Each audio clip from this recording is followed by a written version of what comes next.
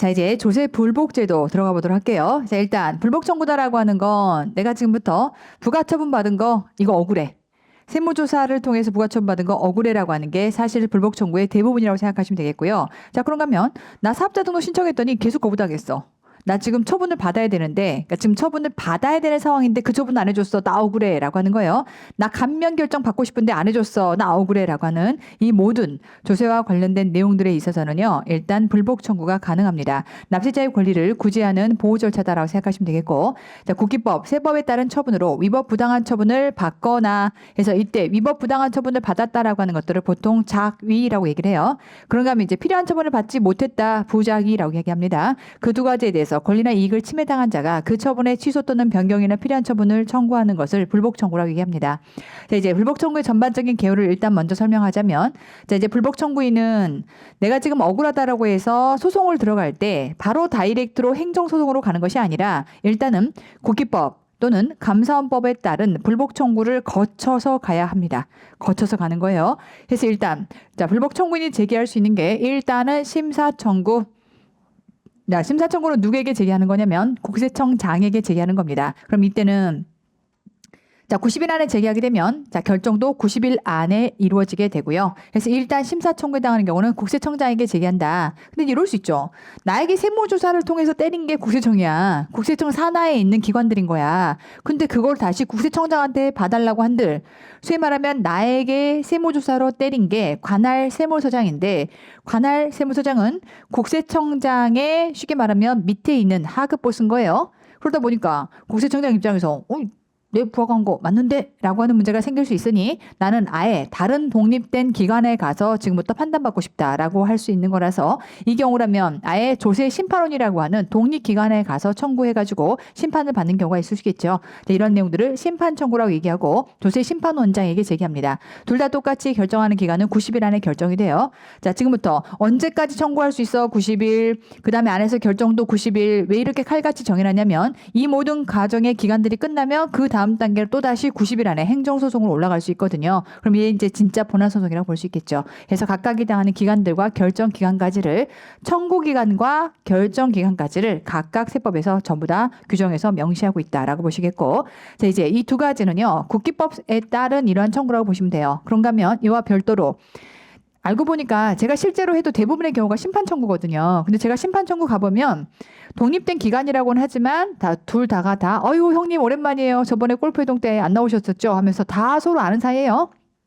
실제로 가보면 망했다. 약간 이런 느낌이 들어요. 과세관청과 쉽게 말하면 국세청 산하의 모든 직원들과 일반적으로 다 거의 어떻게 보면 아는 관계라고 보시면 됩니다. 물론 이제 완전 밀접하다라고 보기는 어렵겠지만 어쨌건 다들 또 그 바닥이더라고요. 그러면 이것과는 완전히 다른, 쉽게 말하면 이러한 기관들을 계속해서 감시하는 기관이 뭐다라고 볼 수 있냐면 결국은 감사원이거든요. 그래서 이제 나는 차라리 감사원으로 갈래라는 것도 방법일 수 있습니다. 그래서 이 경우는 감사원에다가 심사 청구를 할 수 있겠고, 이때 감사원장에게 심사 청구를 하게 될 텐데, 얘는 이제 감사원법에 따라서 가는 거예요. 그러니까 아예 국기법과는 다른 트랙인 거예요. 법 자체가 규정이 다릅니다.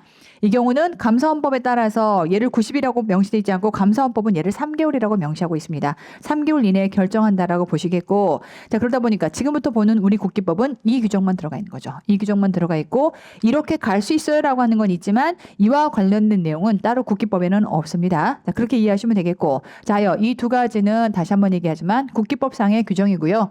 자, 이러한 두 가지는 동일한 처분에 대해서 심사와 심판을 중복 적용할 수는 없어요. 그러니까 내가 아예 국세청장에게 심사 청구를 하든지 아니면 이때 자, 조세심판원에 심판 청구를 하든지 둘 중에 하나의 트랙을 따라간다라고 하는 거고요. 자, 이때는 어쨌든 불복 청구인 입장에서 지금부터 과세 처분을 받고 나면 90일 안에 이러한 것들을 제기할 수 있겠고, 자, 심판 청구도 마찬가지로 90일 이내에 제기할 수 있습니다. 자, 우리 심사 청구, 나는 감사원법에 따른 심사 청구 트랙을 따라갈래, 마찬가지로 90일 안에 제기할 수 있습니다. 자, 그러고 나면 이때 여기서도 깨졌다. 그럼 나 억울해 라고 했을 때는 이제 그 다음번에 행정소송으로 이렇게 올라갈 수 있어요. 마찬가지로 90일 안에 이렇게 들어가는데, 자, 우리 꽃표시 볼게요. 이 안에서의 꽃표시와 이 안의 꽃표시가 지금 다른 상황인데, 지금 여기서 가는 90일들은요, 밑단에서 지금 올라가는 90일 등은 뒤에 가서 기한 연장 사유 등등이 전부 다 인정이 됩니다. 그러니까 뒤에 해당하는 것들은 가변이에요. 변할 수 있어. 기한 연장 사유 등이 들어온다라고 하게 되면 이 경우는 늘어날 수가 있어요. 다만 요 90일 이게 끝나고 나서 행정소송으로 넘어가는 이 90일은요. 자, 얘는 불변기간입니다. 아시겠죠? 이러한 차이도 좀 기억을 좀 해두시고. 자, 그런가 하면 자, 불복 청구인 입장에서는요. 심사나 심판으로 다이렉트로 가기에 앞서서 나 한번 간단하게 한번 이게 이의가 있다라고 한번 신청해보고 싶어 라고 해서 이의 신청이라고 하는 단계가 있을 수 있어요. 자, 근데 이의 신청이라고 하는 이 단계는 꼭 해야 되는 건 아니고 선택적 2심급이다라고 해서 자, 우리가 1심만 받을 거냐 아니면 내가 2심을 받을 거냐라는 것을 본인이 선택할 수 있습니다. 그래서 선택적 2심급이라고 얘기하는데 거쳐서 갈 수 있다는 얘기예요. 자, 그러면 이때는 마찬가지로 90일 안에 이 신청을 제기하고요. 대신 이 신청은 일단 빨리 퀵하게 보는 겁니다. 그래서 이 경우 세무서장이나 지방국세청장에게 이 신청을 하게 될 것이고 그러면 이때는 30일 이내에 결정이 빨리 나옵니다. 다른 모든 것들은 다 90일인데 이 신청만 30일 안에 결정이 나오고요. 자, 그 결정 결과를 지금부터 내가 억울하다라고 하게 되면 마찬가지로 90일 되죠. 그래서 이때는 이 신청 결과를 가지고 심사청구로 갈 수도 있고 심판청구로 갈 수도 있고 둘 중에 하나의 트랙을 따라간다. 다시 한번 이 신청은 선택이에요. 해도 되고 안 해도 되고 그래서 안 한다면 난 다이렉트로 이렇게 심판 청구 다음에 행정소송으로 갈 수가 있는 거니까 전체 개요를 설명하자면 이렇게 말씀드릴 수 있을 것이고 해당 내용을 가지고 지금부터 이제 하나씩 살을 붙여가 보도록 하겠습니다. 자, 보시면 신급 구조는 자, 원칙적으로 1신급입니다. 그래서 불복 청구인이 심사나 심판 청구를 국기법상에서 지금부터 제기할 수 있는데 자, 동일한 처분에 대해서는 심사와 심판 둘 다는 갈 수 없고 둘 중에 하나의 트랙을 따라가야 되는 겁니다. 자, 근데 선택적 2신급이다라고 해서 불복 청구인이 이 신청을 거쳐서 이렇게 심사와 심판으로 연결할 수 있어요. 다만 이 신청을 누구에게 하는 거냐면 관할 세무서장 내지는 지방국세청장에게 하는 겁니다. 다시요. 관할 세무서장 내지는 지방국세청장, 말단보수 내지는 중간보수한테 하는 거예요. 자, 그러다 보니까 만약에 이거를요. 국세청장이 결정한 거야. 최종 보수가 결정한 거를 말단 보수나 중간 보수가 뒤집을 수 있다 없다? 없어요. 그러다 보니까 국세청장이 조사 결정 처리했거나 했어야 될 그러한 처분이면 이 신청 자체가 불가합니다. 해봤자 이게 소용이 있겠어요? 그러니까 얼마나 우리 관료 사회가 딱딱하게 서열 중심으로 딱 들어가 있는지가 명확하게 드러나는 거죠. 다시 한번 이 신청은 누구에게 하는 거냐를 먼저 생각하셔야 돼요. 이 신청은 관할 세무서장 또는 지방국세청장입니다. 그래서 이 경우는 중간보수나 말단보수한테 하는 거기 때문에 최종 보수가 결정한 사안에 대해서는 이 신청이 불가능합니다. 아시겠죠? 조심히 잘 챙겨두시고 자, 그런가 하면 심사나 심판으로 그 다음 단계로 넘어갈 텐데 마찬가지로 두 개 다 할 수 있는 건 아니고 둘 중에 하나를 선택했어야겠다. 아시겠죠? 그래서 1신급이거나 선택적 2신급을 쫓아간다라고 이해하시면 되겠고요. 이제 국기법과 타법과의 관계에서 우리 앞서 항상 국기법은 개별세법보다는 짜지죠. 뒤로 짜져요. 자, 그렇지만 지금부터는 행정소송 등이 진행된다라고 했을 때는 일단 행정심판법에 우선합니다. 국기법 거쳐서 행정소송으로 올라가는 거예요. 자, 마찬가지로 국세 심판에 관한 행정의 소송은 국기법에 따른 불복, 감사원법에 따른 감사원의 심사 청구를 적법하게 거치지 않으면 행정소송을 거칠 수 없게끔, 제기할 수 없게끔 그렇게 규정돼 있어요. 즉, 심사나 심판에 따른 제조사 결정에 따른 처분청의 처분에 따른 행정소송이라면 심사, 심판을 거치지 않고도 제기할 수 있다라고 되어 있는데 뒤에가 다시 한번 나올 겁니다. 자, 정리하자 무슨 얘기냐면 제조사 결정이라는 게 따로 나와요. 그럼 제조사 결정은 뭐냐면 말이 제조사 결정이지 어떤 의미에서 보면 세무조사의 어나더 컬러예요.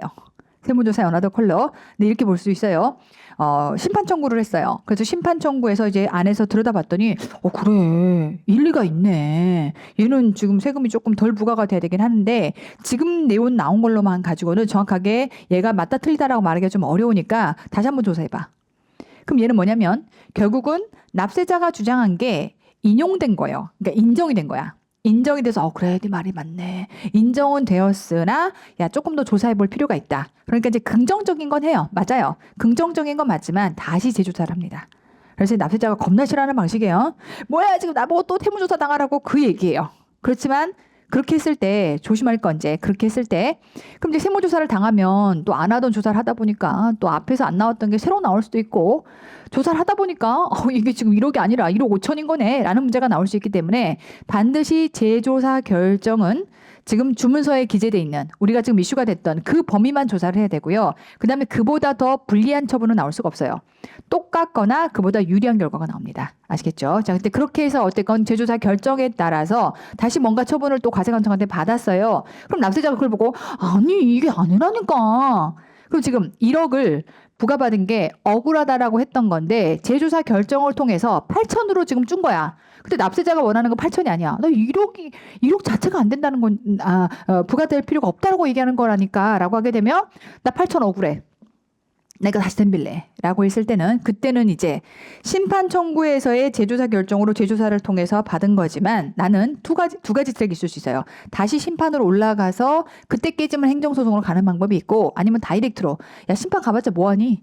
걔네가 지금 애매하다고 제까지 온 거 아니야. 나 다이렉트 행정 갈래. 가능합니다. 아시겠죠? 그래서 이 경우는 심판 거쳐서 행정 갈 수도 있겠고 다이렉트 행정 갈 수도 있기 때문에 지금 그 얘기인 거예요. 원래는 이런 거 트랙 안 거치면 행정소송을 제기할 수 없게 되어 있으나 재조사 결정은 달라요.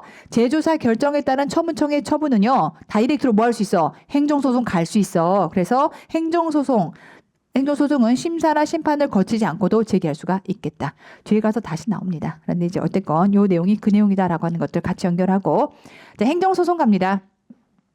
자, 국세처분에 대한 행정소송이라면 심사와 심판에 대해서 결정 통지를 받고 나서 그리고 억울해라고 하게 되면 90일 되죠. 이때 90일은 불변 기간입니다. 그래서 이제 그 결정 기간 내에 결정의 통지를 받지 못했다면 결정 기간이 지나고 나서 행정소송을 제기할 수가 있다라고 보시면 되겠고 자, 하여 일단 심사나 심판 청구를 받았고요. 그때 억울하다면 다시 90일 안에 행정소송을 지금부터 진행하게 된다. 자, 그런가 아까 얘기했던 것처럼 재조사 결정에 따른 처분청의 처분에 대해서 그럼 재조사 결정이라고 하는 건 어찌됐건 심사나 심판에서 내가 재조사 결정을 받아서 그러면은 일부가 인용됐다는 뜻인 거예요. 그런데 어찌됐건 재조사 결정으로 처분을 받은 내용 자체가 또 억울해. 이게 또 억울한 거야. 그럼 이때는 다시 그 심사나 심판으로 갔다가 행정으로 갈 수도 있고 다이렉트로 행정으로 갈 수도 있고 갑니다. 불복 청구를 거치지 않고 제기한 경우라면 마찬가지로 이때는 다이렉트로 행정으로 가겠다는 거예요. 불복 안 가고 바로 갈게라고 하는 거니까 재조사 후 행한 처분청의 처분의 결과 통지를 받고 나서 90일 이내에 뭘로? 바로 다이렉트로 행정소송을 제기할 수가 있는 겁니다. 자, 그렇게 보시겠고 자, 갑니다. 근데 항상 90일 이렇게 얘기했는데 처분 기간 가로 빼고 볼게요. 처분 기간에 처분청의 처분 결과 통지를 받지 못했다면 그 처분 기간이 지난 날로부터 행정소송을 제기할 수 있다. 얘는 항상 칼같이 그렇죠. 딱 90일 안에 결정해서 줘야 되라고 했는데 그 안에 못 받았어? 그럼 다이렉트 넘어가는 거야. 자, 그런가 하면 이때는 조사를 연기하거나 조사 기간을 연장하거나 조사를 중지했다. 어차피 얘도 세무조사예요. 그러면 세무조사의 연기 사유, 연장 사유, 중지 사유 다 배우게 돼 있죠. 배우게 돼 있어. 9단원 가면 다 배워요. 연기사유, 연장사유, 중지사유 다 배우게 됩니다. 네, 그런 형태로 지금부터 그러한 내용들이 다 있다 하더라도 그 해당하는 기간들을 전부 다 포함해서 그러한 처분 기간에 지금부터 넘어가 버렸다면 이 경우에 있어서는 제기할 수가 없다라고 보셔야 됩니다. 그 안에 지금부터 받지 못했다면 그 다음 단계로 넘어갈 수 있다가 보셔야 됩니다. 자, 그래서 심사와 심판 청구 안에서 지금부터 재조사 결정을 받았다면 그리고 나서 90일 안에 이제 행정소송으로 이렇게 바로 다이렉트로도 갈 수 있어요. 재조사의 결정으로 다시 심사나 심판으로 갈 수도 있고 다이렉트로 행정으로 갈 수도 있고. 자, 이제 세 번째 가보실게요. 자, 이번에는 자, 갑니다. 재조사 결정에 따른 처분청의 처분에 대해서 불복을 거칠 수 있다라고 했죠. 그래서 이번에는 앞서 얘기했던 것처럼 다시 재조사를 좀 정리해보자면 납세자 입장에서 일단 불복 청구를 심판원에다 했어요. 조세심판원에 불복 청구를 했는데 조세심판원이 지금부터 할 수 있는 처분이 크게 세 가지가 있습니다. 형식 자체가 인정이 안 돼라고 하게 되면 각하 사유예요. 그럼 형식이 아예 미비라면 그러니까 지금 네가 불복 청구할 수 없는 사안인데도 불구하고 불복 청구를 했다. 날려버리는 거예요. 본안을 들여다보지도 않습니다. 그래서 각하로 날려버리는 것이고 그게 아니라 이제 들여다봤더니 본안 심리를 해서 들여다봤더니 이유가 없다. 그럼 기각하는 거예요. 아시겠죠? 기각할 수 있겠고 네 말이 맞네 라고 하게 되면 인용합니다. 법률 용어예요. 각하, 기각, 인용이라고 하는 건 법률 용어다. 소위 말하면 각하라고 하는 거 말도 안 되는 거 갖고 심판하라고? 야, 볼 가치도 없다. 본안을 안 들여다보는 겁니다. 자, 그런가 하면 기각이라고 하는 거는 들여다봤는데 처분청이 옳다. 네 말이 틀렸어. 자, 인용은 네 말이 맞다 라고 하는 거예요. 납세자의 주장이 옳다. 자, 그럼 이 인용 안에 뭐가 있냐면 재조사 결정이라는 게 있습니다. 다만 네 말이 맞는데 좀 더 조사해 볼 필요가 있다라고 판단하는 것이고 이렇게 해서 재조사 결정을 처분청이 결정했다면 이때 60일 안에 처분청이 결정해 주게 될 거고요. 그리고 나면 그 처분청의 결정을 가지고 두 개의 트랙이 가능한 거예요. 다시 조세심판원에게 이렇게 심판 청구할 수 있겠고 그런가 하면 이때 조세심판원의 심판 청구의 결과가 또 불만스러워. 그럼 그걸 가지고 이렇게 행정법원으로 행정소송으로 넘어갈 수 있겠고 아니면 처분청의 결정을 가지고 다이렉트로 이렇게 행정소송으로 넘어갈 수도 있겠고 이렇게 들어가는 겁니다. 자, 해당 내용이 바로 제조사 결정에 따른 내용이다라고 보시겠고 그래서 다시 한번 얘기하면 제조사 결정에 따른 처분청의 처분은 다시 행정소송으로 다이렉트로 가던가 아니면 심사나 심판을 거치던가 제조사 후에 행한 처분청의 처분에 대해서는 불복 청구의 결정 통지를 받은 날로부터 마찬가지로 90일 이내에 뭘 제기한다? 행정소송을 제기한다라고 해서 심사나 심판의 청구로부터 90일 안에 제조사 결정을 때려맞았고 다시 심사나 심판을 거쳐서 다시 행정소송으로 이렇게 갈 수도 있겠다. 아시겠죠? 자, 그런가 하면 이제 감사원법에 따라서는 지금 앞에 행정소송법과의 관계는 일단 국기법 거쳐서 행정소송 올라가라고 했던 것이고, 자, 감사원법은 자 이제 아까 얘기했던 것처럼 우리 납세자 입장에서는 두 트랙 중에 하나를 고민하는 거예요. 국기법 트랙 따라갈까? 감사원법 트랙 따라갈까? 그러면 둘 중에 하나를 고민해야 되는 거니까 얘는 선택적으로 가야 되는 거지 둘 다를 신청할 수는 없어요. 생각해보면 이럴 수 있죠. 여기서 안 되면 위에서라도 되면 되는 거 아니야 라고 생각하시면 안 되는 거고요. 둘 중에 하나의 트랙을 따라가는 겁니다. 그래서 아까 얘기했던 것처럼 국기법의 트랙을 따라가는 거 안에서도 심사청구와 심판청구가 있는데 어차피 내가 국세청한테 때려맞은 거야. 그때 국세청한테 또 제기해봤자 뻔한 거 아니야? 그래서 심판청구. 어라? 얘네도 다 거의 어떻게 보면 서로 아는 사이네. 대부분 가면 그래요. 이제 제가 정말 깜짝 놀랐던 게 심판 청구 가갖고서 이렇게 앉아 있는데 이제 저의 심판을 해야 되는 그때 제가 좀 큰 사건이었거든요. 그래서 조세 심판관 합동회의가 들어가야 되는 사건에서 떼거지로 막 들어오는데 아유 형님 잘 지내셨어요 막 이러고 있는 거예요. 나의 과세관청과 손잡고 악수하더라고. 그래서 망했다, 졌다. 약간 이런 느낌이 들었거든요. 근데 이제 감사원은 이를 감시하는 기관이기 때문에 약간 감사원은 성격 자체가 좀 다를 수 있습니다. 하여 감사원법에 따른 관계라면 자 국기법과 감사원법은 독립적 지위예요. 선택적 지위예요. 각각이야. 자, 그래서 죄송합니다. 불복 청구를 하고자 할 때, 자, 국기법에 따른 규정과 감사원법에 따른 규정 중에 뭐 한다? 선택해서 적용할 수는 있겠지만 중복해서 적용할 수는 없겠다. 아시겠죠? 둘 중에 하나를 따라가는 겁니다. 자, 이의신청 출발합니다. 자, 지금부터 이제 정상적인 불복 절차를 지금부터 보실 텐데, 자, 이의신청이라고 하는 건 다시 한번 납세자가 억울해라고 했을 때 바로 지금부터 불복 절차로 들어가는 과정 안에 심사나 심판을 따라가는 경우도 있겠지만, 자, 선택적 이의심급이라고 해서 일단 이의신청을 거쳐서 가는 경우가 있을 수 있어요. 자, 가볍게 들여다봐줘라고 하는 거예요. 자, 이제 이의신청 갑니다. 자, 이때 이의 신청을 거쳐서 심사 청구, 즉 국세청장한테 가거나 아니면 조세 심판원장에게 심판 청구를 할 수가 있겠고요. 그러니까 다이렉트로 갈 수도 있겠고 아니면 지금처럼 이의 신청을 거쳐서 세무서장이라든지 지방국세청장에게 이의 신청을 거쳐서 그리고 나서 이렇게 심사 청구 또는 심판 청구로 이렇게 갈 수 있는 거죠. 그래서 이렇게 할지 말지는 선택 사항이다라고 하는 거, 자, 이런 것들을 이의 신청이다라고 하는 거고요. 얘만 그대로 가면 1신급, 두 개를 거쳐간다라고 하게 되면 2신급, 해당 내용들은 뭐다? 선택적이다라고 하는 거. 다만 이제 지금부터 이 경우는 이 신청이 불가능해요. 당연히 시험에서 이런 게 나오겠죠. 자, 언제 불가능하냐라고 하게 되면 아까 얘기했던 것처럼 이 신청을 누구한테 한다? 세무서장 내지는 지방국세청장. 자, 우리는 앞으로 말단보수, 중간보수. 최종보수 누구요? 국세청장. 그럼 국세청장이 다 처분한 거야. 이걸 누가 뒤집어? 못하지. 아무리 강큰 직원이라도 잘 뒤집을 수가 없어요. 너무나 뻔하다라고 생각이 돼서 아예 그냥 이것들은 이 신청 자체가 불가능하다고 쳐버린 겁니다. 갑니다. 국세청장의 감사 결과 시정 지시에 따른 그러한 처분이라든지 국세청장이 했어야 될 그러한 처분 등에 대해서는요. 최종 보수의 결정을 뒤집을 수가 없기 때문에 이 경우에 있어서는 지금부터 이 신청이 불가능합니다. 자, 그러면 자, 이제 이 신청이 들어오면 누가 결정하느냐라고 했을 때 자, 이렇게 갑니다. 자, 세무서장 내지는 지방국세청장한테 이 신청을 하게 되지만 이들이 마음대로 결정하는 건 아니고요. 국세심사위원회에 해당하는 이러한 심의를 거치게 됩니다. 그래서 국세심사위원회의 심의를 거쳐서 결정해요. 근데 조심하실 건 심의에 따라서 결정한다와 심의를 거쳐서 결정한다는 좀 달라요.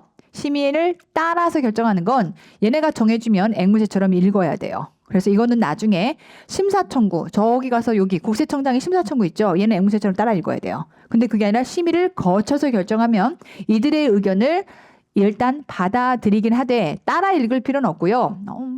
심사위원회 생각이 그렇구나. 근데 내 생각은 달라. 그럼 다른 결정이 나올 수도 있는 거죠. 대부분이 따라가겠지만 근데 따라 읽어라하고는 약간 차원이 다른 거예요. 그래서 심의를 거쳐서 결정한다가 들어가 있으니까 자, 그러한 내용들도 뒤에 가서 다시 한번 잘 구분을 해볼 거고요. 갑니다. 일단 이 신청은 임의적 절차입니다. 그러니까 필수적으로 꼭 거쳐야 되는 코스는 아니다라고 하는 것이고 이 신청을 하지 않더라도 상위 불복 절차하는데 아무런 영향이 없습니다. 그래서 선택적이다라고 표현하는 거죠.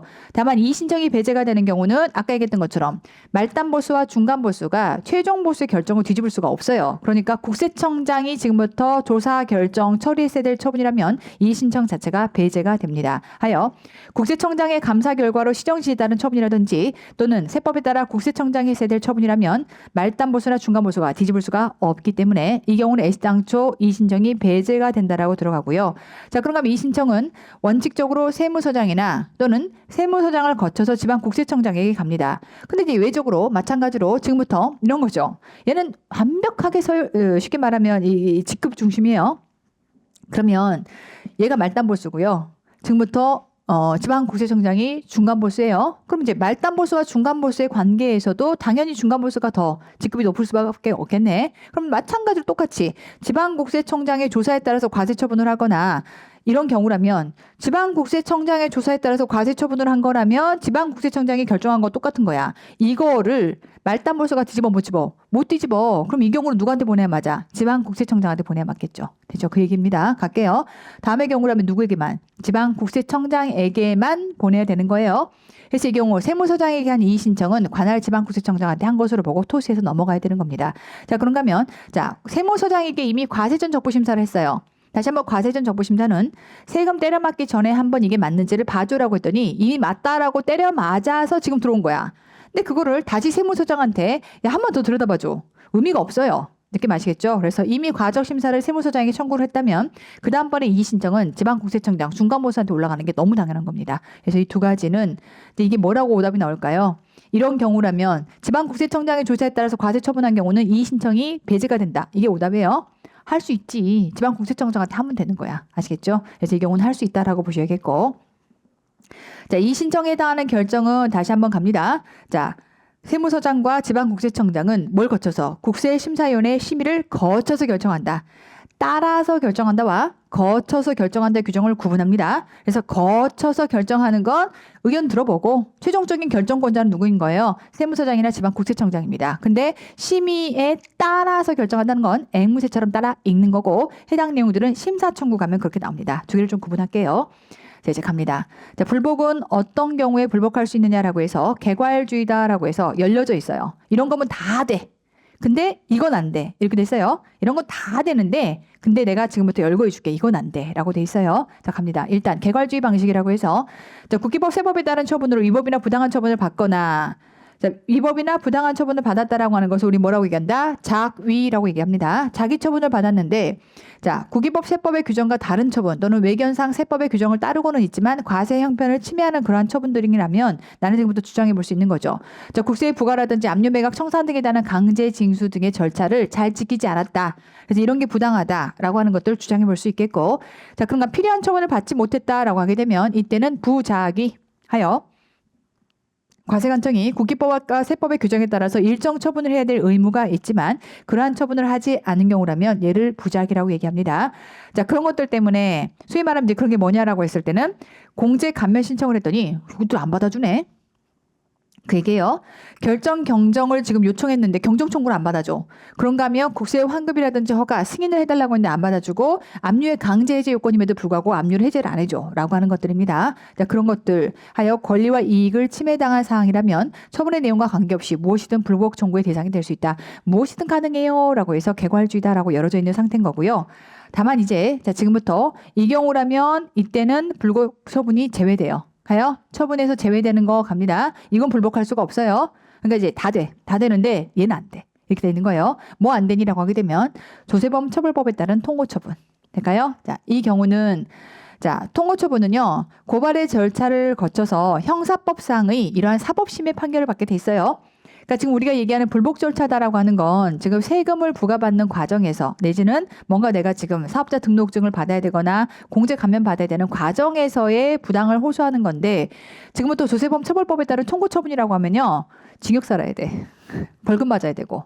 느낌 아시겠죠? 이런 경우라면 사법심의 판결을 받아야 될 거기 때문에 얘는 불복으로 해결될 수 있는 사안이 아닌 거예요. 그래서 이 경우는 이렇게 보시면 통고 처분이다라고 해서 이렇게 보시면 2년 이하의 징역, 2천만 원 이하의 벌금에 처한다라고 내용들이 들어갑니다. 그래서 이것들은 징역 살거나 벌금대로 맞아요. 느낌 아시겠죠? 자, 그래서 해당되지 않는 것이고, 자, 볼게요. 원래 안 되는 거야. 왜?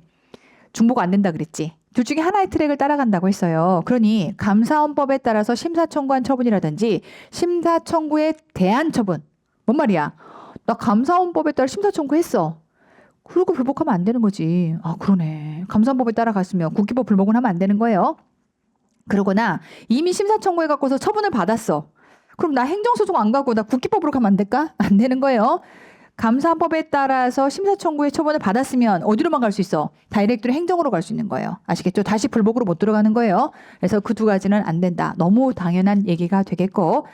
자, 이때 행정소송으로 들어가야 되기 때문에 불복은 안 되는 거고요. 자, 이번에는 자, 국기법이나 세법에 따른 과태료 부과처분. 과태료 부과도 억울하면은 그럼 얘는 어떡하니? 라고 했을 때 얘는요. 질서 위반 행위 규제법에 따라서 이의제기 절차를 통해서 구제받을 수 있어요. 그러니까 지금 불복 과정에서 구제를 받는 게 아니라 아예 따로 이렇게 질서 위반 행위 규제법이라고 하는 걸로 따로 구제받을 수 있게끔 따로 들어가 있어요. 그래서 이 경우는 이렇게 들어가 있습니다. 행정청의 과태료 부과에 불복하는 자는 과태료 부과 통지를 받은 날로부터 60일 이내에 서면으로 이의를 제기할 수 있다라고 해서 내가 이렇게 과태료 때려받는 거 말이 안 되는 것 같은데 라고 하는 것들을 덤벼볼 수 있습니다. 그러니 굳이 얘를 불복해서 받아줄 필요가 없겠다. 느낌 아시겠죠? 자, 그래서 이 세 가지가 아니 되는 건데, 자, 이렇게 볼게요.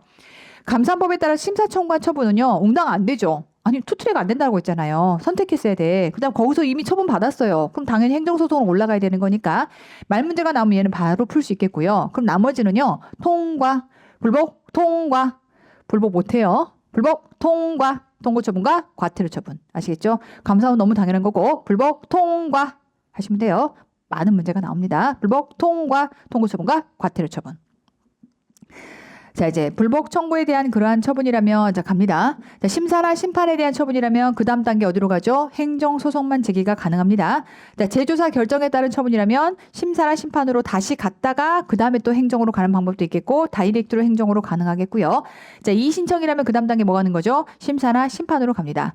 또 헷가닥해서 저 이의 신청하고요. 바로 행정소송 갈래요. 가능 불가능? 불가능합니다. 얘는 선택적 이신급이긴 하지만 이 단계를 거치면 다시 국기법 안에서의 심사나 심판으로 들어갔어야 되는 겁니다. 자, 그렇게 보시겠고. 자, 이제 불복 청구의 대리 보도록 할게요. 자, 일단 불복 청구인이 있는데 불복 청구인은 이렇게 볼게요. 누가 불복 청구할 수 있느냐라고 하게 되면 당사자도 가능하고요. 이해관계자도 가능합니다. 될까요? 당사자, 그럼 내가 지금 당사자야. 그런가 하면 얘 때문에 지금 내가 2차 납세의무자가 돼 있어. 그럼 이 경우는 보통 이해관계자다라고 해서 그들도 불복 청구가 가능합니다. 이미 당사자는 깃털로 그냥 뻗어 누웠어. 근데 내가 쟤 때문에 지금 얘가 뻗어 누운 것 때문에 내가 내야 되는 상황이 난 너무 억울하니까 나는 내 것들을 적극적으로 주장할 수 있어야겠죠. 그 경우도 가능하다라고 해서 이해관계인도 지금부터 이렇게 불복 청구 대상이 될 수 있다. 근데 이제 불복 청구라고 하는 건 결국 법리를 갖고 싸우는 거예요. 법리 갖고 싸우는 거예요. 그래서 이제 변호사가 잘할 것 같지만 사실은 세법을 제일 잘 다스리고 있는 회계사와 세무사가 대부분이 관장한다라고 보시면 되겠고 그러다 보니까 일반인이 자기가 불복 청구인이 돼가지고 싸우는 경우가 드물어요. 아시겠죠? 맡겨야죠. 자, 누구한테? 대리인에게 맡깁니다. 자, 그랬을 때 이제 대리인이 될 수 있는 사람이라고 하는 거 뭐 우리 다 알 수 있는 거죠. 변호사, 세무사, 공인회계사. 직접 자기가 돈 주고 선임할 수 있는데 이런 거죠. 이들이 공짜로 해줄 리가 없고 당연히 돈 받고 해줄 겁니다. 자, 그러다 보니까 난 지금 돈도 없는데 내가 세금 부과받은 것도 너무 억울하고 딱 국선 선임할 수 있을까? 국선 대리인 신청 가능합니다. 그래서 이제 국선도 마찬가지로 변호사, 세무사, 공인회계사가 선임이 될 거고요. 다만 아무나 국선 대리인을 지금부터 신청할 수가 있다라고 하게 되면 대부분이 다 지 돈 안 내고 국선을 요구할 거니까 국선을 신청할 수 있는 자가 따로 들어가 있죠. 그래서 조건이 들어갑니다. 다만 이제 이렇게 대리인이 할 수 있는 일이 뭐냐라고 하게 되면 자, 대리는 본인이 할 수 있는 거 다 할 수 있어요. 근데 뭐만 안 되냐면 소송에 취하면 안 돼요. 소송에 취하는 본인의 허락이 있어야만 가능합니다. 그래서 일단 자, 모든 신고 신청에 해당한 청구들 다 될 수 있지만 취하에 해당하는 것들만 위임을 받아야만 이때는 취하가 가능하다. 그래서 이것 빼고 나머지는 다 그냥 대리인이 알아서 할 수 있다고 생각하시면 돼요.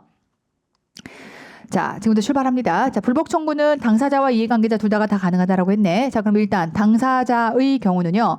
위법이나 부당한 처분을 받거나 필요한 처분을 받지 못해서 권리나 이익을 침해당한 직접 당사자. 그러니까 직접 당사자의 범위 안에 우리 납세 의무의 승계자가 뭘 의미하는 거냐면 포괄적 납세 의무의 승계. 그래서 합병과 상속에 해당하는 경우 그럼 이제 합병법인 내지는 이때 상속인이 되겠죠. 그런가 하면 연대 납세 의무자까지 들어갑니다. 그럼 이제 나머지 보충적 납세 의무자는 어디 들어가냐면 이해관계인에 들어가요. 아시겠죠? 이런 거지. 얘는 당사자야. 얘가 원래 납세의무자거든요. 근데 이제 보충적 납세의무자는 얘가 개털이니까 내가 책임져야 되거든요. 근데 얘는 어찌됐건 개털에서 뻗어 누웠어. 근데 난 나라도 덜 내야겠어. 그럼 이해관계자도 청구할 수가 있는 겁니다. 본인이 당사자인가요? 그랬더니 당사자는 아니고요. 제가 보충 책임져야 되는 자예요. 아, 그러면 오케이, 알겠습니다. 가능합니다. 라고 할 거예요. 그러니 이 요건이 만족이 안 되면 애시당초 얘는 청구가 들어와도 야, 이거 말도 안 되는 거 갖고 들어왔네. 각하! 날려버릴 수 있거든요. 그래서 철저하게 이러한 요건들을 만족해야 되는 겁니다. 자, 이제 처분으로 인해서 권리와 이익을 침해당하게 될 이해관계자다라고 해서 2차 납세의무자. 마른 하늘에 날벼락 고지서. 그런가 하면 지금부터 물적납세 의무 담당하는 애들 있죠. 자, 양도담보권자의 물적납세 의무, 부가세법상의 물적납세 의무, 종부세법상에서의 물적납세 의무. 전부 다 그 물건을 지고 있기 때문에 네가 보충 책임져라라고 하는 자들인 거고. 그래서 이 3종 세트는 물적납세 의무 3종 세트라고 보시면 되겠고요. 엔드 보증인. 되죠? 이 모두는 전부 다 보충 책임을 지는 자입니다. 그래서 당사자와 이해관계자, 이때 이해관계자는 보충적 납세 의무자다. 이렇게 이해하시면 되겠죠. 자, 이 자들이 직접 가서 덤빌 수는 없고요. 지금부터 대리인을 선임하게끔 되어 있습니다. 자, 원칙은 갑니다. 그럼 불복 청구인만 대리인 선임할 수 있나요? 처분 청구 못 하나요? 결론은 처분 청구도 가능해요. 근데 처분청이 대리인을 선임한다는 얘기는 그러니까 이제 큰 건을 가지고 예를 들면 대한민국 삼성과 지금부터 불복 청구 싸워야 돼요. 관할 세무서가 어떻게 삼성하고 싸워요. 무조건 깨지겠죠. 그러니까 안 되겠다 해서 처분청도 쉽게 말하면 관할 세무서도 센 변호사를 선임해서 지금부터 삼성과 덤빌 수는 있겠죠. 그러니까 가능은 해요. 근데 그런 게 아니라 우리 잔챙이 사건이라면 대부분의 경우는 처분청이 직접 합니다. 왜? 안 그러면 세금 써야 되잖아요. 예산 써야 돼요. 그래서 이제 경우는 가능은 하지만 제가 실무에서 처분청이 대리인을 쓴 경우는 저는 일단 맡아본 사건은 그런 건 없었어요. 저는 항상 그냥 다이렉트로 제가 처분청을 상대했었거든요. 뭐 잔챙이니까 그럴 수 있어요. 뭐 그럴 수 있어요. 그럴 수 있는데 대부분의 사건이 처분청이 직접 나옵니다. 하지만 어쨌건 법상으로는 간다. 불복 청구인 처분청 둘 다 대리인을 선임할 수 있다. 아시겠죠? 그러니까 뭐가 오답이에요? 처분청은 선임할 수 없다가 오답이에요. 조심해 잘 기억하시고 처분청도 가능하다라고 하는 거고요. 자, 이때 대리인은 여러분 아는 사람들 되죠? 이렇게 보시겠고. 자, 이제 예외적으로 볼게요. 예를 들면 우리 남편의 세금 부과에 대해서 오정화가 대리를 할 수 있겠느냐? 이런 거예요. 자, 일단 소액 사건이면 가능합니다. 결론은 갑니다. 불복 청구 금액 얼마? 5천, 지방세 얼마? 2천. 소위 말하면 이 금액을 우리 국기법에서는 소액 청구 사건이라고 보는 거예요. 그럼 이런 소액 청구 사건이 소액 심판이라고 하게 되면 간다. 배우자. 사촌 이내의 혈족. 그러니까 사촌 오빠의 세금에 대해서 제가 등장할 수 있어요. 자, 그 배우자의 사촌 이내의 혈족을 대리인으로 선임할 수 있다. 될까요? 이렇게. 그래서 이 규정도 챙겨두시고. 자, 그런가 하면 뭘 할 수 있니? 다 할 수 있는데 뭐만 안 돼? 취하는 위임받은 경우만 가능하다. 신청 청구에 관한 모든 행위를 할 수 있으나 그 신청 청구에 취하는 특별한 위임을 받은 경우에만 할 수가 있겠다라고 하는 것이고, 자, 그러한 모든 대리인의 선임은 서명으로 증명해야 되고요. 해임했을 때도 서면으로 재결청에다가 지금부터 신고를 해야 되는 겁니다. 아시겠죠? 자, 그래서 일단 기본적으로는 돈 주고 대리인을 선임을 해야 되는데 당연히 비싸죠. 나 국선 쓰고 싶어. 아무나 해주는 건 아니고 네가 조금 열악해야 됩니다. 그래서 일단 국선을 신청한다면 이 모든 조건을 만족했을 때 볼게요. 모든 조건. 아무나 해주는 거 아니야. 되죠? 모든 조건을 만족해야 됩니다. 자, 지금부터 자, 이 신청인 등이 다음 어느 하나에 해당할 것이다 라고 해서 일단 자, 개인이라면요. 종소 금액이 5천만 원 이하. 개인 소유재산 평가했을 때 5억 이하. 오, 그렇구나. 오, 그렇구나. 가시는 거예요. 자, 이게 개정이 돼서 작년에 개정이 돼서 원래 법인은 안 됐거든요. 근데 법인도 돼. 그래서 올해부터 적용하기로 했으니까 법인도 된다라고 보시겠고, 수익금액 3억 이하에 재산가액 5억 이하. 그러니까 근데 얘는 매출액이 3억이에요. 조심하셔야 돼요. 법인은 3억이다라고 보시면 되겠고. 얘만 특이 케이스니까 들어가 있고요. 자, 그런가 하면 이제 이거요. 상속세, 증여세, 종부세는요. 부자국세예요. 느낌 아시겠어요? 뭐 상속세를 낸다, 증여세를 뭐 줄 게 있다는 얘기네. 그런가 하면 종부세다라고 하는 것들도 부자국세입니다. 그래서 대한민국에서 종부세 내는 사람이 에브리바디가 내는 게 아니에요. 소득세는 에브리바디 내겠지만 종합부동산세는 좀 다릅니다. 상증종에 해당하는 당해세는요. 부자국세라고 보시면 돼요. 이 세목은 안 돼요. 부자국세단으로 네가 알아서 해결해 라고 하는 것이고, 그 다음에 청구가액, 아까 우리가 소액 심판의 경우만 가능하다라고 했고요. 그 소액 심판이 5천만 원 이하가 돼야 합니다. 5천만 원 이하의 이러한 신청이나 청구에 관해서만 국선 대리를 요청할 수 있습니다. 아시겠죠? 그래서 요 내용들도 시험에서 말문제 나올 수 있으니까 조심하시고, 자, 모든 요건을 만족하면 재결청은 지체 없이 곡선 대리인을 선정할 거고요. 그리고 나면 신청받은 날로부터 5일 안에 그 결과를 이 신청인 등과 곡선 대리인에게 각각 통지해서 알려주게 됩니다. 뭘 할 수 있니? 라고 했을 때 취합 빼고 다 할 수 있어. 아까 똑같아요. 일반 대리인이나 국선 대리인이나 다를 게 없지. 얘는 그냥 국가가 돈을 써서 대신해 줄게라는 거잖아. 돈 써서 대리인 대줄게라는 거니까 할 수 있는 일은 똑같은 거예요. 소송에 취합 빼고는 다 할 수 있다라고 보셔야 됩니다. 그래서 모든 행위를 할 수 있지만 취하는 특별한 위임을 받은 경우만 할 수 있는 거니까 원래 대리인이 할 수 있는 경우와 똑같다라고 볼 수 있겠죠. 자, 그렇고 자, 이제 대리인까지 선임이 됐습니다. 자, 지금부터 청구합니다. 항상 며칠? 90일 안에 청구하면 돼요. 자, 갈게요. 청구 기간이 있고 결정 기간이 있어요. 돼요? 청구 기간이 있고 결정 기간이 있어요. 청구는 항상 에브리바디 90일. 결정은 원래 90일인데 이의 신청만 30일. 클리어. 되죠? 갑니다. 일단 청구 기간입니다. 첫 번째, 자, 불복 청구인이 이의 신청합니다. 해당 처분이 있음을 안 날로부터 며칠? 90일. 항상 청구는 90일. 되죠? 90일. 자, 그러니까 불복 청구는 이번에는 심사나 심판으로 다이렉트로 갑니다. 해당 처분이 있음을 안 날로부터 90일 될까요? 안 날이라고 하는 것의 개념은 통지를 받은 때는 받은 날, 도달주의를 기점으로 얘기한다라고 보시면 되겠고, 자, 그런가 하면 이번에는 이 신청 거쳐서 심사 심판으로 가요. 마찬가지로 전부 다 통지 받은 날로부터 90일 되죠? 에브리바디 칼같이 90일이다라고 보시겠고, 다만 다음 어느 하나에 해당하는 경우라면 지금부터 이 날로부터 90일 안에 제기할 수 있다라고 해서 만약에 결정 기간 안에 통지를 못 받았어요. 그러니까 통지 받고 나서부터 90일인데 통지 못 받았어? 아, 그럼 그 지난 날부터 갈 수 있어. 그랬죠? 우리 앞에서 쭉 했습니다. 다음 절차들이 전부 다 예비가 되어 있는 거예요.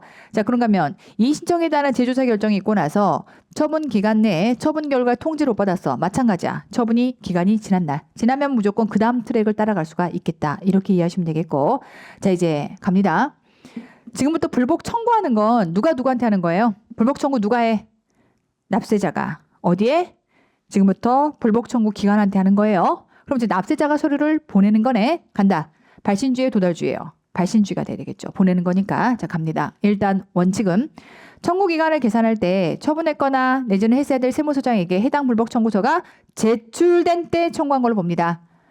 제출만 됐으면 꼭 도달할 필요 있어 없어? 없어. 그 얘기야. 여기서 제출된 때라고 하는 것의 개념이 지금 뭘 얘기하고 싶은 거야? 발신주의를 전제로 얘기하고 싶은 겁니다. 자, 그랬을 때 가요. 다만 도달이 늦어버렸네. 늦게 도달했어. 봐요. 청구 기한까지 우편으로 제출한까지 끊고 제출 언제 했어? 청구 기한 안에 제출했어요. 근데 도달이 늦게 들어간 거야.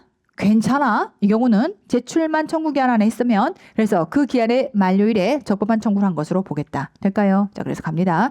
자, 이때 89일 되는 날 발송했어요. 간달간달하게. 하지만 어쨌건 발송을 89일에 했다라고 하게 되면 이때는 그럼 어떻게 찾아요? 우편으로 제출한 날. 우리가 앞에서 이거는 뭘 따라가면 되냐면 앞에서 국기에서 서류에 송달이 있었죠. 돼요? 서류에 해당하는 신청했을 때 내가 지금부터 서류를 보내요라고 하게 되면 발신주의를 따라가는데 발신주의라고 표현하지 않고 우편도장 찍힌 날. 근데 우편도장 찍힌 날이 불분명하다면 역사에서 우리가 지금부터 발송했다라고 인정되는 날 이렇게 갔던 거니까 그 규정이 그대로 따라온다고 생각하시면 돼요. 그래서 일단 우편도장 찍힌 날로 보는 것이다 라고 보시겠고, 자, 그런데 이제 90일까지 제출했어야 되는 건데 도착은 90일 날 도착한 거야. 3일이 걸려버린 거예요. 자, 그럼 이때 적법하냐라고 했을 때 자, 기간 만료일에 적법하게 불복 청구한 것으로 보겠다. 그러니까 오답이 뭐예요? 도달일이 오답이에요. 돼요. 도달일에 도착한 걸로 본다라고 하게 되면 이제 완전히 어폐가 있는 거예요. 도달일에 적법한 청구를 한 것으로 본다? 안 맞아. 도달일은 이미 기간이 만료돼 버렸거든. 그래서 적법할 수가 없는 거야. 아시겠죠? 오답이 도달일이에요. 아시겠죠? 기간의 만료일이 돼야 된다. 됐죠? 중요합니다. 자, 정보통신망을 통해서 할 수 있겠냐 이렇게 볼게요. 아니, 홈택스 만들어 놓고 안 된다고 할 이유가 있겠어요? 다 돼요. 정보통신망 갖고 안 돼요라고 하는 건 다 오답이에요. 다 돼요. 갑니다.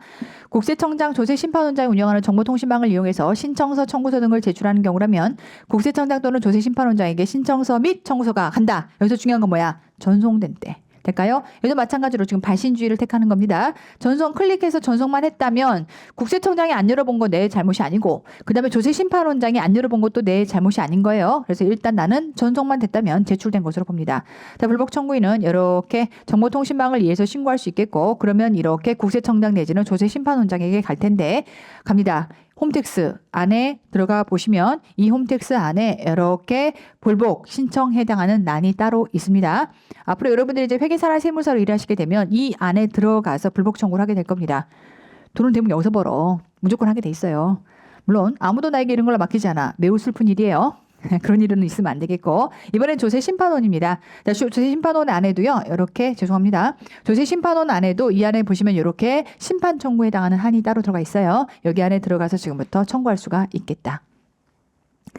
자 이제 갑니다. 우리가 청구기한을 연장할 수 있겠느냐라고 하게 되면 우리 앞에서 우리 국세기본법 안에서 신고 신청기한에 해당하는 연장사유 될까요? 천재화가의 질병으로 정금되어 권한대행 될까요? 천재화가의 질병으로 정금되어 권한대행 전부 다 해당 내용들은 청구기간의 연장사유였습니다. 자, 그러한 내용이 만족이 된다면 자, 과세관청이 결정했어요. 자, 90일 안에 이렇게 지금부터 신청을 했어야 되는 건데 갑자기 기한 연장 사유가 발생합니다. 그러면 기한 연장 사유가 쭉 소멸될 때까지는 기한이 연장이 되고요. 그 사유가 소멸되면 바로 다음날 청구하는 것이 아니라 14일 기다려줍니다. 될까요? 14일. 소리 만들어야 되는 거니까 14일 안에 이렇게 청구 기한이 도래하게 됩니다. 자, 갑니다. 기한 연장 사유 다시 끊고 앞서 얘기했던 것처럼 천재화가의 질병으로 정금되어 권한대행이라고 했었던 것이고 청구 기간이 연장되는 경우라면 간다. 그 사유가 소멸한 날로부터 14일. 그러니까 뭐가 오답이겠죠? 연장되는 경우 연장된 날에 다음 날이 오답이에요. 경황이 없어. 지금 그거 다 사유가 해소됐다 하더라도 소리 만들려면 14일은 걸려요. 14일 이내에 이런 불복 청구를 할 수가 있겠다. 되죠? 서류 작성하는데 14일 걸리는 거구나. 세법의 배려다. 이렇게 이해하시면 되겠고요. 자, 이때는요. 신고 신청기한의 연장이죠. 신고 신청기한에 해당하는 연장이기 때문에 납부기한의 연장 사유와는 다른 거예요. 다시 봐요. 신고 신청기한 연장이 있고 납부기한 연장이 있어. 근데 두 개가 다 천재화가의 질병으로 정보통신이 점검되어 권한대행까지는 똑같아. 근데 납부기한의 연장에 누가 들어가? 사업에 중대한 손실이 들어가요. 그러니까 지금부터 연장인은 천재화가의 질병으로 정보통신이 금지되어 권한을 대행했다라는 건 들어가는데 뭐가 안 들어간다? 사업의 현전 손실은 안 들어간다. 이렇게 보셔야겠고. 자, 그런가 하면 행정소송을 제기하는 지금 내가 앞단에서 심사 심판 청구를 제기하고 그 다음에 행정으로 올라갈 때는 얘는 뭐야? 불변기간이야. 그러니까 지금 불복 청구인이 심사나 심판을 제기하는 이 기간은 기한 연장이 가능해요. 그러니까 90일이라고 돼 있지만 고무줄같이 늘어날 수가 있어. 근데 그 다음 단계 행정소송으로 올라가는 단계는 불변이에요. 아시겠죠? 그거는 기한 연장 사유가 따로 없습니다. 자, 그런가 하면 지금부터 상호 합의 절차가 개시 중이야. 겁나 오래 걸려. 국가와 국가끼리 상호 합의 절차가 개시 중이라면 너무 오래 걸리니까 얘는 빼고 봐야 맞겠지.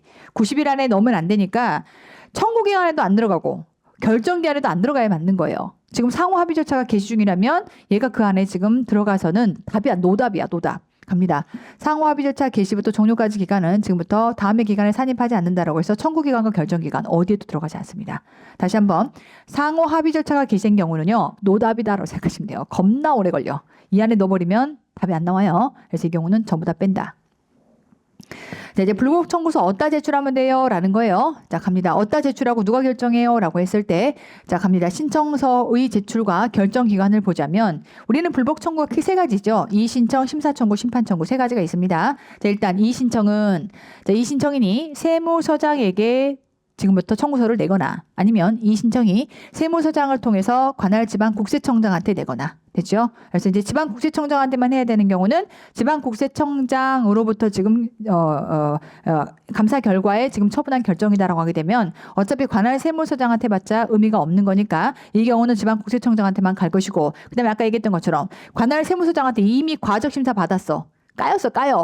그럼 또 내다봤자 똑같겠지. 그럼 지방국세청장한테 가야 되는 거니까 어쨌건 두 명한테 가는 건데 세무서장 통해서 이렇게 지방국세청장으로 갈 수도 있겠고 자 그럼 누가 결정한다? 이때는 국세심사위원회의 심의를 거쳐서 결정한다. 되죠. 그래서 이 경우는 심의를 거쳐서 최종 결정권자는 세무서장 내지는 관할 지방국세청장이구나 라고 이해하시면 되겠고 자 지금부터 심사청구 들어갑니다.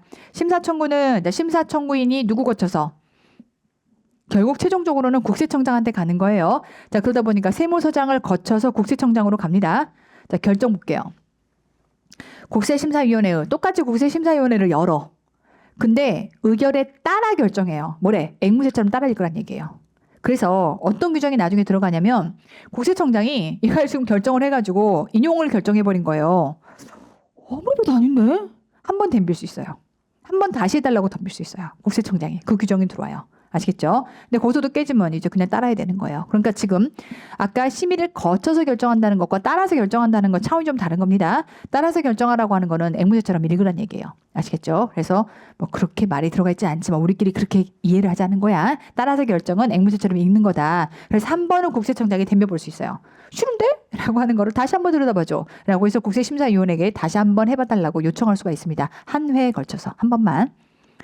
자, 심판청구 갑니다. 자, 심판청구는 심판청구인이 다이렉트로 조세심판원장한테 갈 수도 있겠고 조세심판원한테 보내야 한다는 사실을 몰랐을 수 있어. 나는 심판청구를 받고 싶은 건데 내가 지금 상대한 건 관할 세무서다 보니까 관할 세무서한테 보냈을 수 있어요. 그러면 세무서에서 받아가지고 뭐야 이거 확 버려버려 라고 하면 안 되는 거고 절대 그러면 안 돼요. 납세자는 이런 걸 안 해봤기 때문에 물론 세무대리인을 쓰면 세무대리인은 능숙하죠. 근데 납세자 본인도 지가 직거 대리인 안 쓰고 할 수 있다 보니까 잘 몰라.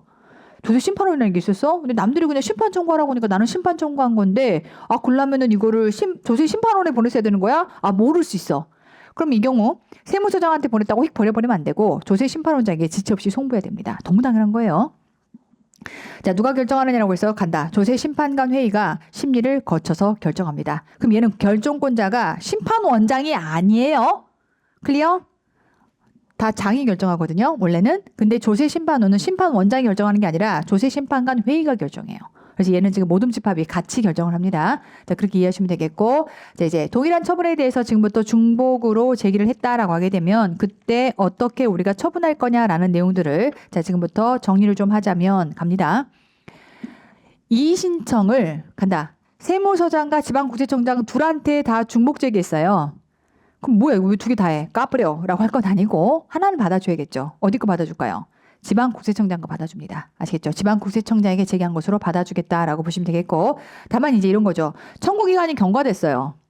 그럼 각하사유예요. 얘는 날려버리는 겁니다. 그런 거 당연히 제외하죠. 항상 칼같이 청구기간을 지켜야 합니다. 아시겠죠? 그래서 요거 청구기간이 지금부터 경과했다. 각하사유예요.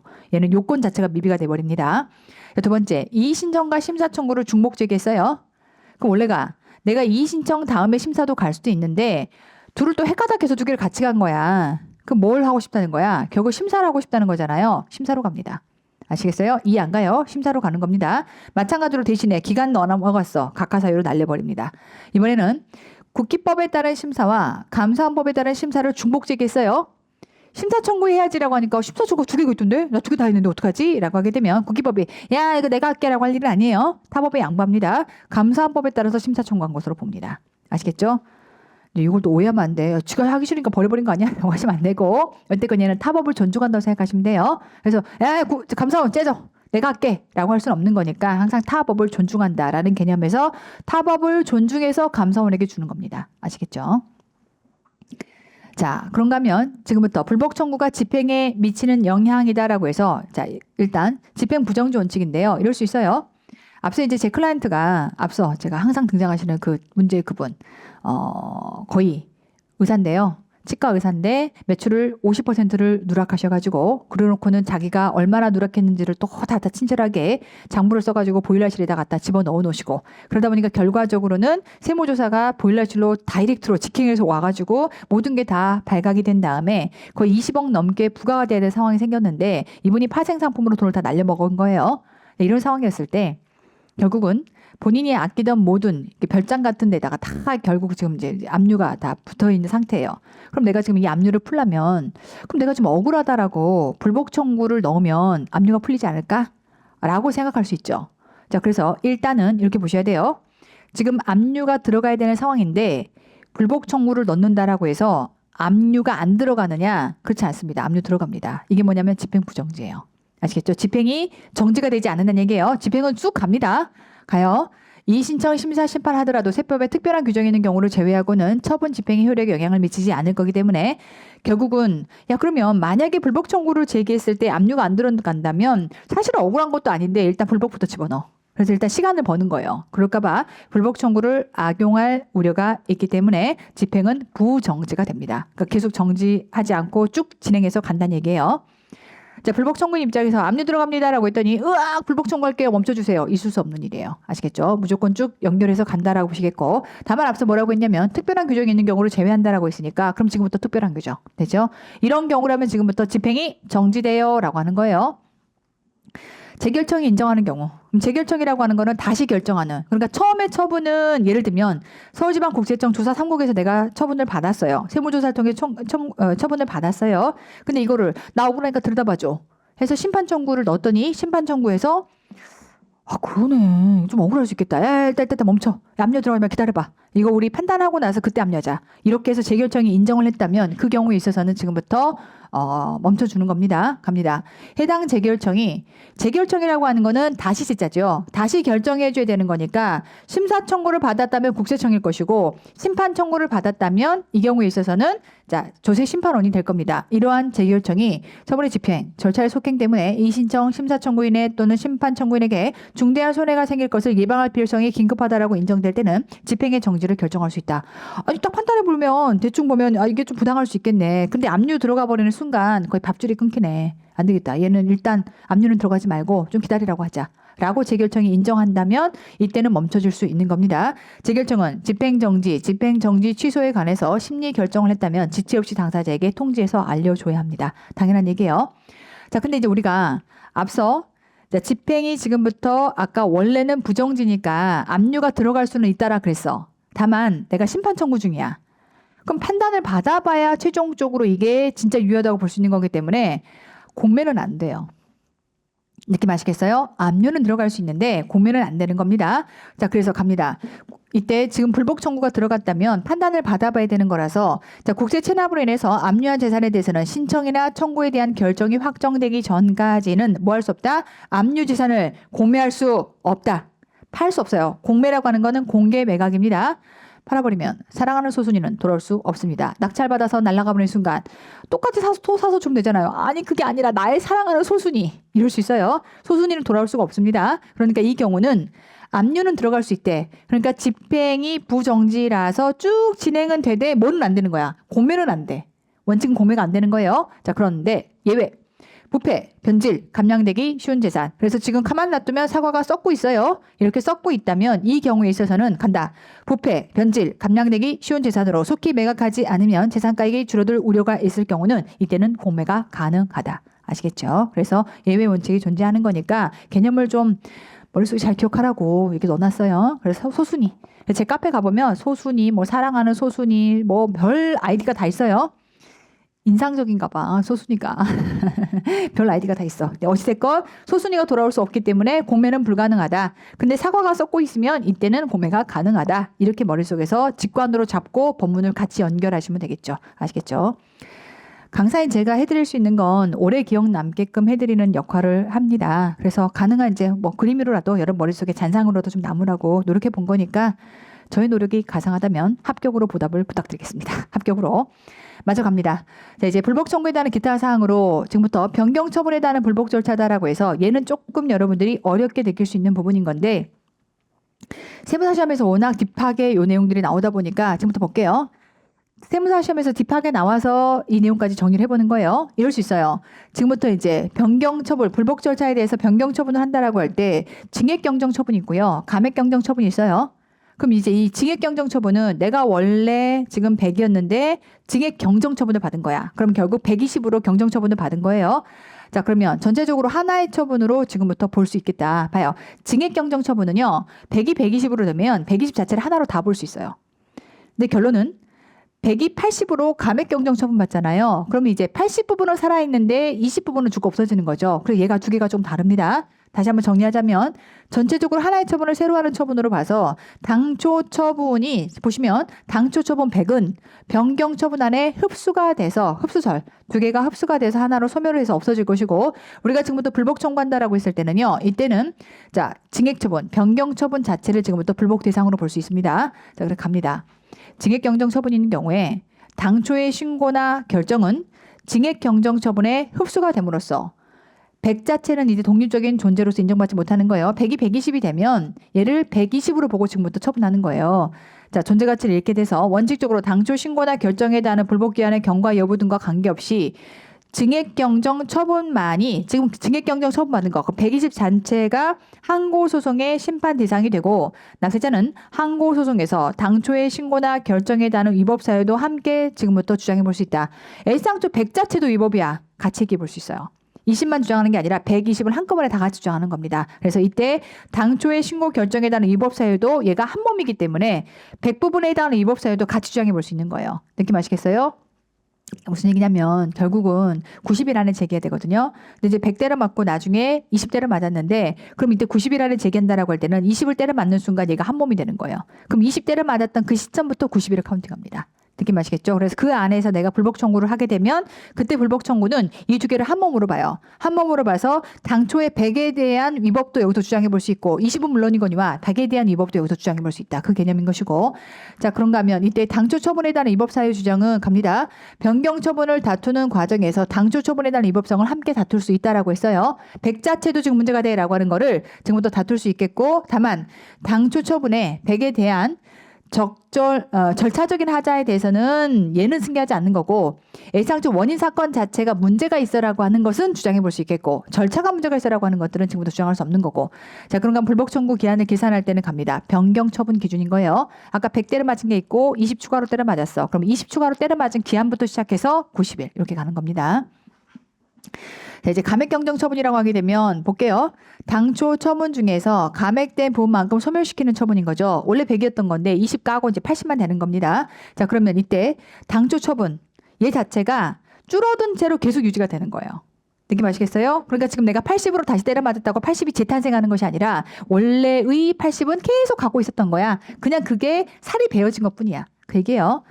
당초 처분이 남아있는 부분에 대해서는 갑니다. 자, 증액 경정 후 감액 경정하는 경우에 증액 처분 중에 남아있는 부분에 대해서는 지금부터 이 부분을 가지고 불복 청구할 수 있는 거고요. 80을 가지고 불복 청구할 수 있는 것이고 당초 처분이 존속하는 거기 때문에 여전히 당초 처분에 대해서 위법 사유 조정해 볼 수 있겠고 당초 처분을 기준으로 가는 겁니다. 그러니까 둘의 차이가 뭐예요? 얘는 아까 100대를 맞고 추가 20대를 맞으면 추가 20대를 맞을 때부터 90일. 되죠? 자, 근데 얘는 100대를 맞았는데 80으로 지금부터 감액됐어요. 그럼 80으로 감액된 시점부터 90일이 아니라 그냥 얘는 S당초 80이 계속 있었던 거야. 아시겠죠? 가다 90일 가는 중에 팔이 잘려나가서 쉽게 말하면 지금 20이 너무 과했어. 미안해. 중간에 잘려나가서 80만 남은 상태지만 이때 100에 해당하는 원세금이 생겼던 그 시점부터 시작해서 90일. 이 안에 지금부터 불복을 주장해 볼 수 있다. 이렇게 이해하시면 됩니다. 그렇구나라고 보시면 되겠고 뭐 이걸 딥하게 뭐 흡수설 병존설 나누지 않을게요. 그렇게 딥하게 갈 일은 아니야. 딱 요것만 표 안에서 내용을 기억하시면 됩니다. 자 그런가 하면 이번에는 증거 서류에 해당하는 제출 등 지금부터 출발합니다. 자 필요하면 증거 서류 등을 제출할 수 있고요. 자 그다음에 청구인에게 제출하라고 요구할 수 있습니다. 별거 아니겠고 자 그러면 이제 그러한 증거 서류에 해당하는 것들은 부본은 복사본을 이러한 증거 서류가 제출이 되면 이러한 복사본을 원래 처분청 있죠. 보존해줘야 되겠죠. 그래서 복사본 갖다 보내준다라고 해서 세무서장, 지방국세청장 또는 피청구인에게 전부 다 송구해서 보내준다라는 개념 정도니까 오답 나올 정도는 아니고요. 자, 이제 의견 진술합니다. 자, 소위 말하면 이제 내가 문서로 다 주장을 했지만 가서 말로 하는 경우가 훨씬 사람에게 어필되는 대부분의 경우가 있을 겁니다. 그래서 이제 가서 의견 진술을 할 수 있을 텐데 여기 제일 중요한 포인트는 뭐냐면 당연히 지금 불복 청구인은 가서 의견 진술할 수 있어요. 근데 처분청도 할 수 있을까? 가능합니다. 처분청이 가능한데 이렇게 보셔야 돼요. 심사청구는요. 이의신청이나 심사청구는 어디서 이루어져? 국세청 내부에서 이루어지는 거예요. 국세청 산하의 기관들에서 이루어지잖아요. 여기에서는 의견 진술 못해요. 지네 나와바리에서는 안 해도 돼. 근데 이제 심판원은 조세심판원은 지네 나와바리가 아니죠. 그럼 이 경우도 처분청도 자기 나와바리가 아니기 때문에 자기도 할 말이 있을 수 있습니다. 그래서 이때 심판 청구의 경우는 불복 청구에는 물론이거니와 이때 처분청이라고 하면 내가 S장조 조사 3국에서 때려맞았어. 그럼 처분청도 와가지고 지 의견 진술할 수 있어요. 아시겠죠? 이게 제일 중요합니다. 갑니다. 자, 지금부터 불복 청구인이 이렇게 과세관청에게 이의신청 내지는 심사청구 이렇게 할 때 둘 다가 지금 심사청구의 경우라면 의견 진술이 가능하다. 될까요? 심사청구의 경우라면 지금부터 이렇게 의견 가능한데 조세심판원이라고 하게 되면 이때는 아까 얘기했던 것처럼 과세관청도 심판청구라고 하게 되면 이때는 의견 진술이 가능합니다. 다시요. 자, 우리가 불복 청구인이 지금부터 과세관청한테 하는 경우라는 건 국세청한테 하는 거예요. 국세청한테 우리가 뭐 할 수 있죠? 이의신청 내지는 심사청구할 수 있어요. 그럼 이의신청 심사청구할 때는 불복 청구인이 가서 의견 진술할 수 있어. 근데 지금부터 조세심판원은 독립된 다른 기관이에요. 그러니까 이 경우는 과세관청도 가서 직고 호소해 볼 수 있죠. 테크닉이 장난 아니에요. 많이 본 사람들이잖아요. 이 사람들은. 그러다 보니까 솔직하게 부끄러운 얘기로 제가 처음에 조세심판원 가가지고서 청구할 대리인 자격으로 갔을 때는요. 저 같은 여자 회계사가 제일 위험해요. 왜냐하면 법리를 갖고 따닥따닥따닥 얘기하거든요. 사람의 마음을 움직이는 건 법리가 아니에요. 처음 시작은 뭐부터 해야 돼? 감정적 호소가 필요합니다. 정말 그 짠한 납세 대리인도 좀 데리고 간다던가. 그래서 저희 대리 지금 암에 걸려가지고 암투병 때문에 어쩔시고 저쩔시고. 그래서 내가 저런 얘기를 왜 하지? 저런 게 왜 필요해요 여기서? 그러니까 이건 이성적인 판단인 거고요. 앞에 쭉 앉아있는 조세심판관 내지는 합동회의를 제가 들어갔었는데 거기서는요. 또 그 얘기에 감업해요. 그렇구나. 그래서 제가 지금 약간 그 경험이 좀 딸렸을 때는요. 속으로 저런 얘기 왜 하는 거지? 그럼 저 같은 이제 이 쉽게 말하면 어떻게 보면 과하게 논리만 무장해가지고서 막 따따따따따 하는 이 회계사에 대해서는 어떤 의미에서는 반감이 생길 수 있거든요. 근데 그게 이제 어떻게 보면 경험 미숙인 건데 제가 처음 초창기에는 잘 몰라가지고 솔직히 그렇게 했습니다. 근데 이제 하다 보니까 배우게 되는 거죠.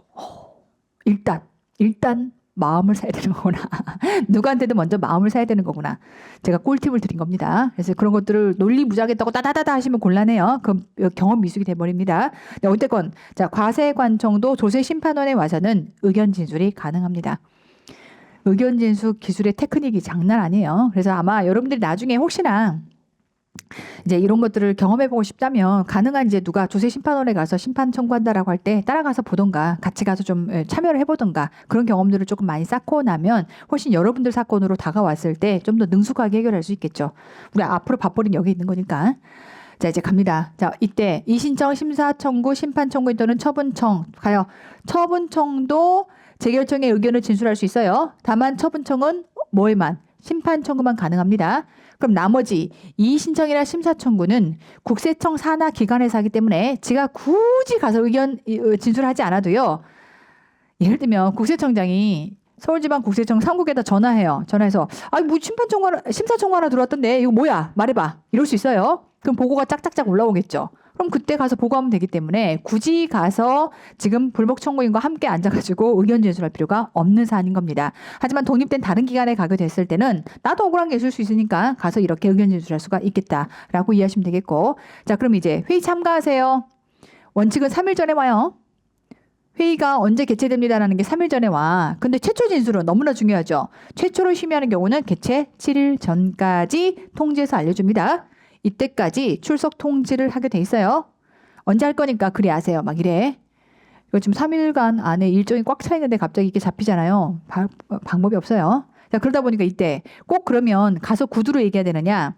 반드시 출석 안 해도 되고요. 그 다음에 문서로 제출을 가름할 수 있어요.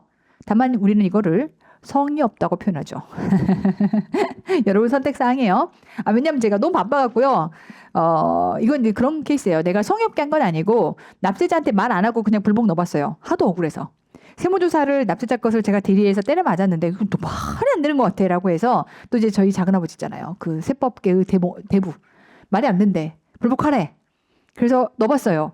그러니까 이제 납세자는 몰라. 그래서 만약에 이게 되면 납세자한테 너무 땡큐 하시죠. 그러면 저한테 한 10% 주실래요? 이렇게 하려고 했던 거고 그게 아니면 뭐 말고 이러려고 했던 건데 내가 또 너무 바빴네. 그래서 문서로 했거든요. 졌어요. 그 말도 안 된 게 졌어. 결국 가서 감정으로 호소했어야 되는 거예요. 됐고. 자, 이제 갑니다. 자, 지금부터 이제 이의신청이라면 세무서장 내지는 지방국세청장이 결정하게 될 거고요. 자, 이제 만약에 보정이 필요하다면 내가 지금부터 이의신청에다 서류에 살짝쿵 보정이 필요해. 다 맞는데 예를 들면 대리인 오정화 근데 오정회라고 돼 있는 거야. 오정회 아니고 오정화야. 하나만 끄면 돼. 보정이 필요해요. 그럼 이거를 오정화인데 오정회네 확 날려버려. 각하. 너무하잖아. 느낌 아시겠죠? 이런 경우라면 20일 이내에 보정할 수 있습니다. 그래서 이때 보정에 대한 그다음에 이제 그러고 나면 결정은 우리 원래 결정 기간은 항상 며칠? 90일. 근데 누구만? 요때 이의 신청만 며칠? 30일. 되죠? 다시요. 청구 기한이 있고 결정 기한이 있어요. 자, 모든 청구 기한은 며칠? 90일. 자, 결정 기한은 원래 90일. 근데 누구만? 이의 신청만 30일. 합니다. 신청받은 날로부터 30일 이내 국세심의위원회의 심의를 거쳐서 결정합니다. 다만 30일이 두 개로 풀어날 수 있어요. 이 신청을 송받은 의결서에 대해서 이 결정 기간 내에 항변했어.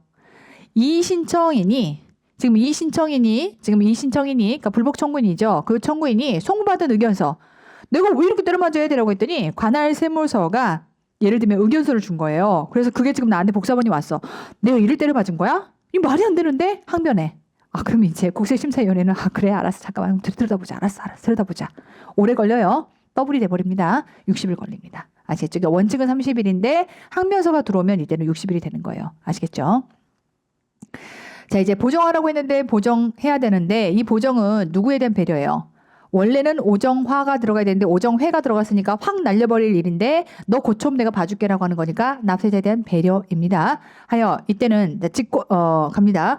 자, 이들은 신청 청구 내용의 절차나 적합하지 않거나 보정할 수 있다라고 인정이 되면 보정할 것을 요구할 수 있어요. 근데 겁나 경미해. 그럼 직권으로도 보정할 수 있어요. 그래서 전화 오겠죠. 오정화 쌤 아니세요? 회라고 들어갔는데요. 제가 고칠까요?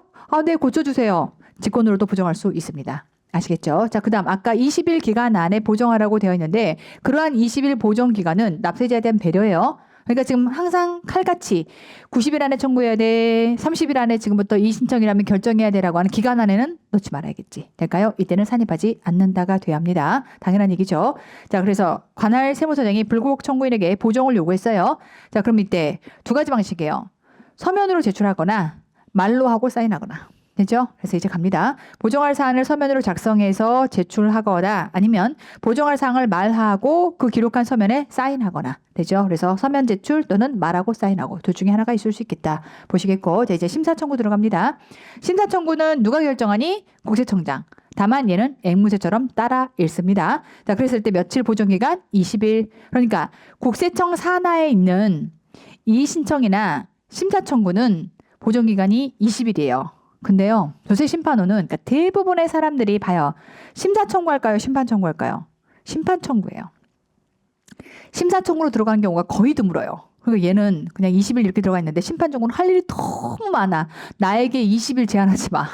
나 너무 피곤해. 상당한 기간이다 라고 들어가 있어요. 20일 아니에요. 상당한 기간이다 라고 들어가 있어서 보정기간이 살짝쿵 다릅니다. 다시 20일 들어가 있는 건 국세청 산하의 기관. 그러니까 이의 신청하고 심사청구는 20일이라고 들어가 있고 심판청구는 다시 조세 심판원이라고 하는 독립기관이에요. 나 너무 피곤해. 나 너무 많아 일이 지금. 나는 그냥 상당한 기간으로 할게. 20일 나한테 제한하지 마. 이렇게 돼 있어요. 자, 그래서 어쨌건 20일 이내고요. 자, 결정기간. 자, 원칙은 똑같이 90일. 그런데 뭐래요? 국세심사위원회 의결에 따라 결정. 앵무새처럼 읽어라. 되죠? 자, 그러다 보니까 갑니다. 국세심사위원회의 의결이 법령에 명백히 위반된다라고 판단하는 경우 한 번 대매볼 수 있어요. 국세청장은 구체적인 사유를 적어서 서면으로 국세심사위원으로 하여금 한 차례 한정해서 다시 심사해 줄 것을 요청할 수 있다. 따라서 읽으라 그러니까 한 번 대매볼 수는 있어요. 아시겠죠? 댐벼본다 그렇게 하지 말고 내 말이 그렇다는 거고 이런 규정이 있구나라고 하는 것들을 기억해 보시면 좋을 것 같고요. 자, 이제 심사청구 들어갑니다. 심사청구에서 지금부터 이제 예외 규정. 자, 봐요. 원래는 국세심사위원회의 이러한 심의에 따라서 들어갔어야 되는 건데 지금부터 각하 결정이야. 그럼 얘는 요건 자체가 말이 안 되는 거야. 그럼 국세청장이 그냥 단독 결정할 수 있죠. 굳이 국세심사위원회의 결정을 따라갈 필요가 없어요. 딱 봐도 요건이 말이 안 되는 걸 딱 봤더니 90일 안에 써야 되는 건데 지금 뭐 이거 100일 지났네. 안 되는 거죠. 이거 누구든 판단해 볼 수 있는 거라서 굳이 국세심사위원회를 열 필요가 없는 거예요. 그런 개념입니다. 그럼 5천만 원 미만이야. 소액사건이라고 보는 거죠. 해서 심판청구의 내용이 사실 판단과 관련된 사항이거나 그다음에 심사청구의 내용과 유사한 심사청구에 대해서 이미 국세심사위원회 심의를 거쳐서 결정된 사례가 있다라고 하게 되면 이때는 국세심사위원회의 심의를 거칠 필요가 없는 거지. 그래서 원칙 예외로 들어가 있는 거고 그렇다는 얘기는 국세청장이 단독 심판하겠다 그 소린 거예요. 아시겠죠? 얘는 단독으로 가는 거다라고 보시겠고 자, 그런가 하면 이때 다만 다음에 해당하는 경우다라고 해서 다만 국세심사위원회 결정과 배치되는 새로운 조세심판이라든지 그런 결정, 해법, 해석 등등이 필요하거나 국세심사위원회 심의를 거쳐서 결정할 필요가 있다라고 인정된다면 그 경우는 소액사건이라 하더라도 심의위원회 열어야지 뭘. 그러니까 소액사건이니까 무조건 열지만 아니고 이런 경우라면 열고 아니라면 단독으로 하고 이렇게 이해하시면 됩니다. 아시겠죠? 디테일하게 보자면 이렇게까지 얘기할 수 있겠고. 자, 심판 청구 갑니다. 자, 조세심판관 회의에서 결정합니다. 오답 뭐야? 심판원장이 결정하면 오답이에요. 심판관 회의가 결정합니다. 자, 그 다음 보정기간. 원래 앞단은 전부 다 얼마였어요? 20일. 너는 뭐? 상당한 기간. 난 너무 많이 살고 들어오거든? 나한테 그런 거 얘기하지 마. 나 그냥 상당한 기간 안에 보정 요구할게. 이렇게 되는 거예요. 그러니까 이제 조세심판원 들어가면요. 결정 기간이 90일인데 내가 90일 안에 청구하고 나면 90일 안에 결정해줘야 되는데 90일 안에 안 끝나요. 막 이런 것도 있고 또 안에서 또 막 기한 연장하기도 하고 막 안 끝나요. 자, 어쨌건 기본적으로는 90일이라고 돼 있는 것이고 결정 기간은 갑니다. 90일 이내에 조세심판관 회의가 심리를 거쳐서 결정하는 것을 기본값으로는 얘기합니다. 그런데 늘어날 수도 있어요. 자, 갑니다. 이제 불복 청구를 하고 나면 지금부터 요건부터 봅니다. 형식적으로 일단 적법하냐라는 요건을 본 다음에 이때 형식적 요건은 불복 사항이 있느냐 그냥 한번 걸어봤어. 이런 거예요. 그래서 이제 불복 사항이 만족되느냐 그런가 하면 불복 청구인이 자격이 있느냐 아까 당사자 내지는 이해관계자 당사자신가요? 아닌데요. 이해관계자신가요? 아닌데요. 그래서 제 친구 건데요. 친구가 바빴고 제가 대신했어요. 가능 불가능해요. 자, 불복기간, 보정기간, 불복 청구의 방식 등 모든 요건을 지금부터 심리합니다. 그래서 만약에 요건이 지금부터 만족이 안 된다. 각하 날려버리는 거예요. 청구 자체를 배제하는 겁니다. 볼 필요도 없어 라고 봐버리는 것이고 자 근데 요건이 만약에 적법하다. 그럼 지금부터 본안 심리를 합니다. 안을 들여다보는 거예요. 청구인 주장에 대해서 심리를 해서 그러니까 들여다본다는 거예요. 그랬을 때 자 기각 내지는 인용 두 가지가 있을 수 있어요. 그럼 지금부터 기각이다라고 하는 건 야 네 주장 말도 없어. 안 돼. 말도 안 돼. 청구인의 주장을 배척하는 겁니다. 자 그럼 지금부터 인용이라고 하는 건 그러네. 네 말이 맞네. 그러면 이때는 우리가 불복이라고 하는 거는 자기 부자기 내가 지금 처분받은 게 부당하대. 아 그럼 그 처분을 취소하거나 변경해주면 돼요. 부작위. 나 받았어야 되는데 못 받았어. 라고 하게 되면 필요한 처분을 하면 됩니다. 엔드 제조사 결정. 네 말이 일리는 있네. 근데 이거는 제조사해 볼 필요가 있어. 라고 하면 제조사 결정은 다시 한번 인용이라고 하는 범주 안에 들어간다. 이렇게 보시겠고 자 지금부터 이제 각각 갑니다. 얘는 애시당초 들여다볼 가치가 없어. 라고 하는 건데 심판 청구를 제기하고 나서 심사 청구를 제기하는 경우 그럼 봐요. 심판과 심사 같은 날 제기한 것도 마찬가지예요. 라고 하게 되면 이때는 심판 청구를 제기하고 심사 청구를 제기하게 되면 심판은 유예하고요. 뒤게 날아가야 되는 겁니다. 일단 얘가 먼저 들어온 거니까 이런 경우라면 심사 청구를 지금부터 각하시킨다. 법에 대한 청구 기간이 지나고 나서 청구했어. 날짜 지났어. 철저하게 청구기간 지켰어야 되는 거예요. 법에 정한 보정기간에 필요한 보정을 안 했어. 되죠? 그래서 우리 법에 정한 보정기간 아까 우리 이의 신청하고 심사 청구는 20일이라고 그랬어요. 근데 그 기간 안에 보정을 안 하면 날려버립니다. 자 그런가 하면 심사 청구가 적법하지 아니한 경우 불복 청구 대상이 되는 처분 자체가 없는 경우 그런가 하면 권리나 이익을 침해당했어야 되는데 쌤 왜 하셨어요 지금? 권리나 이익이 침해당했나요? 아 그건 아니고 기분이 나빠서. 이럴 수 있어요. 세상은 다양한 사람이 존재합니다. 어쨌든 불복 요건 자체가 만족이 안 되는 거예요. 자, 그런가 하면 대리인이 아닌 자를 대리인으로 불복 청구하는 경우 안 된다라고 했습니다. 그래서 이 모든 내용들은 각하 사유가 되겠고, 자, 그런가 하면 제조사 결정이다라고 하는 건 인용의 범주 안에 있습니다. 인용의 범주 안에 있는데 갑니다. 처분의 취소, 변경 결정, 필요한 처분의 결정을 하기 위해서는 지금부터 사실관계를 재조사할 필요가 있어. 그리고 나서 그 결과에 따라서 처분하도록 하는 결정을 재조사 결정이라고 합니다. 자, 그럼 이제 재조사 결정은 갑니다. 그 재조사 결정일로부터 며칠 안에 결정할 거냐면 60일 안에. 근데 이제 범위가 넘어가 버리면 뭐라 해도 얘도 세무조사예요. 납세자가 겁나 스트레스를 받아요. 그러니 주문서에 기재된 범위에 한정해서 조사하게 됩니다. 넘어가면 엄청 스트레스야. 자, 그다음 조사 결과에 따라서 지금부터 취소 경정하거나 필요한 처분을 해야 합니다.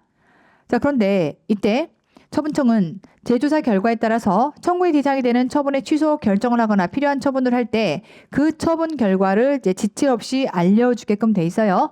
당연하죠. 그래서 필요한 것들을 지금부터 다 조사하고 결정하고 나서 통지해서 알려주게끔 돼 있는데 자 이게 재작년 개정사항입니다. 우리가 재조사 결정을 했다면 항상 유리한 결정만 나오느냐라고 했을 때 그 처분 자체를 그대로 유지할 수도 있어요. 그러니까 이보다 나쁜 건 안 나오지만 똑같을 수도 있어. 아, 왜냐면 납세자가 겁나 열심히 주장해가지고 아 그런갑다라고 해가지고서 들어줬더니 막상 재조사를 해봤더니 뭐야 다 말했던 게 뻥카야. 그러네. 그럼 이 경우는 당초의 처분을 그대로 유지할 수밖에 없는 거네. 자, 그런 의미에서 처분청은 재조사 결과 심사 청구인의 주장과 재조사 과정에서 확인한 사실관계가 다르다. 조사해봤더니 네 주장 다 다른 거네 지금 라고 하게 되면 이때는 심사 청구의 대상이 됐던 당초의 처분을 취소하거나 경정하지 아니할 수 있다. 당초 처분을 그대로 유지할 수 있는 거예요. 아시겠죠? 자, 그래서 유지가 필요하거나 내지는 사실관계 확인 자체가 불가능하다면 당초 처분은 그대로 유지가 됩니다. 그래서 이게 없다가 재작년 개정상으로 들어왔어요. 챙겨두시고. 자, 그런가 하면 이렇게 볼게요. 내가 지금 이의 신청을 했는데 이의 신청에서 재조사 결정이 나왔어요. 그러면 이때는 어디로 갈 수 있느냐라고 할 때 조심하실게요. 이의 신청에서의 재조사 결정이 나왔다. 이의 신청으로는 못 가고요. 심사나 심판으로 갈 수 있어요. 그리고 이걸 거쳐야 행정으로 갈 거니까 다이렉트 행정은 못 갑니다. 자, 이번에 심사 청구에서 재조사 결정이 나왔어요. 그렇다고 밑으로 이의신청 내려가는 건 아니고 심사에서의 심사로 갈 수는 있겠고 심사를 했으면 심사로 가야지 심판으로 가지는 않습니다. 그런가 하면 다이렉트로 행정으로 갈 수도 있어요. 이번에는 아까 제가 했잖아요. 심사 청구에서 재조사 결정이 나오면 심사 청구를 거쳐서 행정으로 갈 수도 있고 다이렉트로 행정도 갈 수 있고 이번에는 심판 청구입니다. 당연히 이의신청으로는 안 갈 거고요. 심판이면 심판으로 가야지 심사로 갈 필요는 없겠고 다이렉트로 행정으로도 갈 수 있습니다. 아시겠죠? 요 내용들 잘 챙겨두시고 자, 재조사 결정과 관련해서 지금부터 주의해야 될 사항은 첫 번째. 자, 우리 나중에 세무조사를 지금부터 이제 9단원 가서 배우시게 되면 납세자의 권리 보칙이다라고 할 때는 결국 세무조사가 쭉 나올 거거든요. 자, 그 과정 안에서 중복조사 금지 예외다라고 해서 이런 거예요. 재조사 결정이 나오면 원래는 세무조사라고 하는 건 납세자가 겁나 스트레스 받는 과정이에요. 그래서 동일 세목, 동일 과세 기간에 대해서는 재조사할 수 없다가 나와 있거든요. 원래는 다시 세무조사를 중복조사할 수가 없어요. 그런데 지금부터 예외가 되는 게 불복 안에서 인용 결정 중에 재조사 결정이라는 건 인용 안에 들어가 있는 내용이야. 그러니까 결과적으로 납세자한테 불리하진 않죠. 똑같은 처분을 받을 수도 있지만 그 납세자가 뻥카했을 때 그런 것이고 그다음에 그게 입증이 안 됐을 때 그러는 것이고 그 외의 나머지는 전부 다 지금 처분보다는 더 유리한 결정이 나올 거거든요. 이 경우는 재조사가 가능해요. 그래서 원칙은 같은 세목 같은 과세 기간에 대해서 재조사할 수가 원래는 없으나 얘는 할 수 있지. 느낌 아시겠어요? 그래서 재조사 결정은 지금부터 중복 조사 금지의 예외가 됩니다. 뒷단에 다시 한번 나올 겁니다. 자, 그런가 하면 이제 세무조사 결과 통지는 원칙적으로 세무조사를 하고 나면 20일 안에 결과 통지하게끔 돼 있는데 재조사 결정은 안 해도 돼요.